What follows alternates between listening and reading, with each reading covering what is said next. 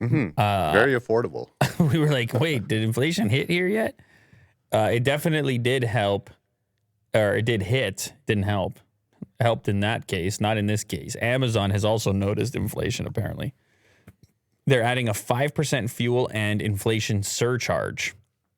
Where are they going to add it to? Like right in my cart? It's going to show up with everything else?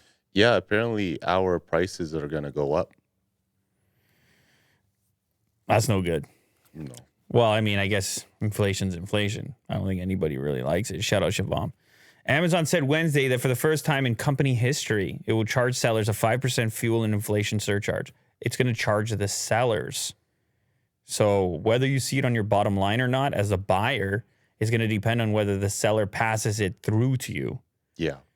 The e-commerce giant said the new fee will begin April 28th and is being imposed because inflation has worsened significantly in recent months. In 2022, we expected a return to normalcy as COVID-19 restrictions around the world eased, but fuel and inflation have presented further challenges, Amazon wrote in a memo provided to CNN. It is unclear if these inflationary costs will go up or down. Well, they tend to just go up. I don't know, going down is, I guess oil can go down. Inflation tends to go up. I guess oil is a big component here, though.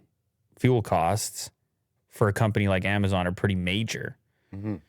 Suppliers sharply raised prices by 11.2% in March, the most on records that go back to 2010. The Bureau of Labor Statistics said Wednesday consumer prices spiked by 8.5% year over year in March, the biggest jump since 1981. For those saying the inflation thing's not there, those numbers those numbers are in disagreement. Like many, we have experienced significant cost increases and absorbed them wherever possible to reduce the impact on our selling partners. When we did increase fees, we were focused on addressing permanent costs and ensuring our fees were competitive with those charged by other service providers. Listen, Amazon is Amazon, and a lot of companies depend on the ability to sell on Amazon. They don't have too many other options. I suppose they could start their own Shopify store or whatever, but logistically, Amazon interacts with sellers in such a fashion where they can do the warehousing for you. They can do the shipping for you. And you pay a fee for that. You pay a premium for that.